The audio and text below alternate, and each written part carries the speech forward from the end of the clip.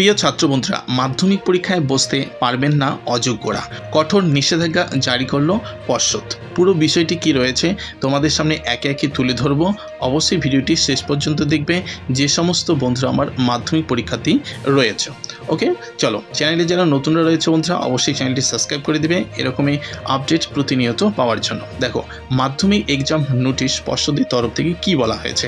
2027 সালে মাধ্যমিক পরীক্ষার্থীদের জন্য নতুন খবর প্রকাশ করলো মধ্যশিক্ষা পর্ষদ। 2027 সালে মাধ্যমিক পরীক্ষার্থীর জন্য ন্যূনতম বয়সের মানদণ্ড সংক্রান্ত একটি গুরুত্বপূর্ণ বিজ্ঞপ্তি প্রকাশ করা হলো মধ্যশিক্ষা পর্ষদের তরফে। পশ্চিমবঙ্গ মধ্যশিক্ষা পর্ষদ কর্তৃক ধার্য করা মাধ্যমিক পরীক্ষার্থীদের বয়সের সম্পূর্ণ নিয়মাবলী পর্ষদের অন্তর্গত প্রত্যেকটি স্বীকৃত মাধ্যমিক বিদ্যালয়ের কাছে পৌঁছে দেওয়া হয়েছে। বিষয়টি কি রয়েছে? বিষয়টি রয়েছে যে বর্তমানে যে সমস্ত ছাত্রছাত্রীরা নবম শ্রেণীতে পাঠরত রয়েছে, যে সমস্ত ছাত্রবন্ধুরা বর্তমান সময়ে অর্থাৎ 2025-এ নবম শ্রেণীতে পাঠরত রয়েছে, তাদের মাধ্যমিক পরীক্ষার সময় এই নিয়মাবলী মেনে রেজিস্ট্রেশন করতে হবে। কি নিয়ম রয়েছে আমরা সেটা দেখব পরবর্তী অংশ থেকে। মাধ্যমিক এক্সাম নোটিশ 2025।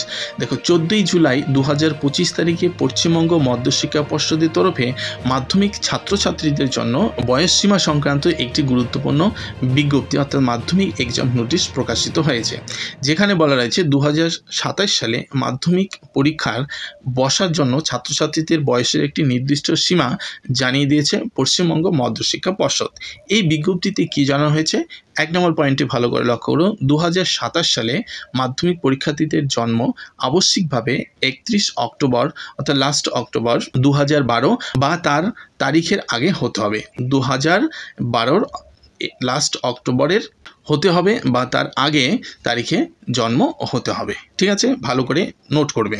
দ্বিতীয় পয়েন্টে কি বলছে? এই নির্দিষ্ট তারিখের পরে যে সমস্ত ছাত্রছাত্রীরা জন্মগ্রহণ করেছে, এই নির্দিষ্ট তারিখের পরে অর্থাৎ লাস্ট অক্টোবর 2012 তারিখের পরে যে সমস্ত ছাত্রছাত্রীরা জন্মগ্রহণ করেছে 27 সালে মাধ্যমিক পরীক্ষায় বসতে পারবে না। ঠিক, এখানে 2017 হয়ে গেছে, এটা 2027 হবে। ঠিক আছে, 2027 সালে তোমাকে যদি মাধ্যমিক পরীক্ষায় অংশগ্রহণ করতে হয় বা পরীক্ষা বসতে হয়, তাহলে 31 অক্টোবর 2012 সালের আগেই কিন্তু তোমাকে জন্ম হতে হবে। ঠিক আছে, এই নির্দিষ্ট তারিখের অর্থাৎ এরপরে যদি তুমি জন্মগ্রহণ করো তাহলে 2027 সালে কিন্তু তুমি মাধ্যমিক পরীক্ষা দিতে পারবে না। ঠিক আছে, গুরুত্বপূর্ণ নির্দেশ পর্ষদের তরফ থেকে আরও জানানো হয়েছে যে পর্ষদের তরফে স্পষ্টভাবে জানানো হয়েছে রেজিস্ট্রেশনের আগে অবশ্যই প্রত্যেকটি ছাত্রছাত্রীর বয়সসীমা ভালোভাবে বুঝে নিয়ে তবেই রেজিস্ট্রেশন করতে হবে। ঠিক আছে, কঠোর নির্দেশের মাধ্যমে বিদ্যালয়গুলিকে জানিয়ে দেওয়া হয়েছে যে সমস্ত ছাত্রছাত্রীর জন্ম নির্ধারিত তারিখের সীমার বাইরে রয়েছে অর্থাৎ লাস্ট অক্টোবর 2012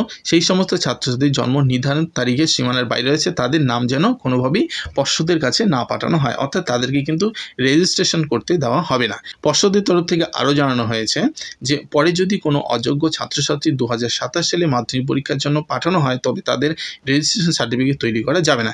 কোনো ভুলবশত যদি স্কুল থেকে সেটা করেও দেয় এবং সেখান থেকে যদি হিসাব করে দেখা যায় যে মাধ্যমিক পরীক্ষার জন্য যে উপযুক্ত বয়স বা যে তারিখে জন্মগ্রহণ করা যে সময়টা দিয়েছে বা তারিখটা সেই তারিখে যদি না হয় তাহলে বা সেই তারিখে যদি পরে হয় তাদেরকে কিন্তু রেজিস্ট্রেশন ফর্ম ফিল আপ করতে দেওয়া হবে না। ঠিক আছে, সেই ক্ষেত্রে স্বাভাবিকভাবে ওই ছাত্রছাত্রী ওই বছরের মাধ্যমিক পরীক্ষায় অর্থাৎ মাধ্যমিক এক্সাম 2027-এ অংশগ্রহণ করতে পারবে না।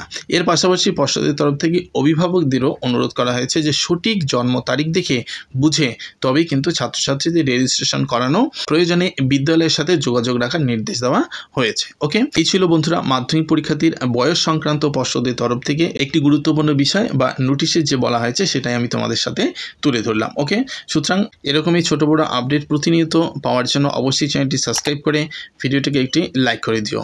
আর তোমাদের সায়েন্স গ্রুপ থেকে অলরেডি ক্লাস কিন্তু শুরু হয়ে গেছে আমাদের এই চ্যানেলে তোমাদের ফাইনাল এক্সাম প্রিপারেশনের জন্য, সুতরাং অবশ্যই সেই সব ক্লাসগুলিও তোমরা দেখে নেবে। ওকে বন্ধুরা, তাহলে চলো দেখা হচ্ছে পরের ক্লাসে। সকলে ভালো থেকো এবং পড়াশোনাটাকে জারি রাখো, কারণ তোমাদের পরীক্ষার বা ফাইনাল পরীক্ষায় কিন্তু খুব বেশি দিনের সময় নেই।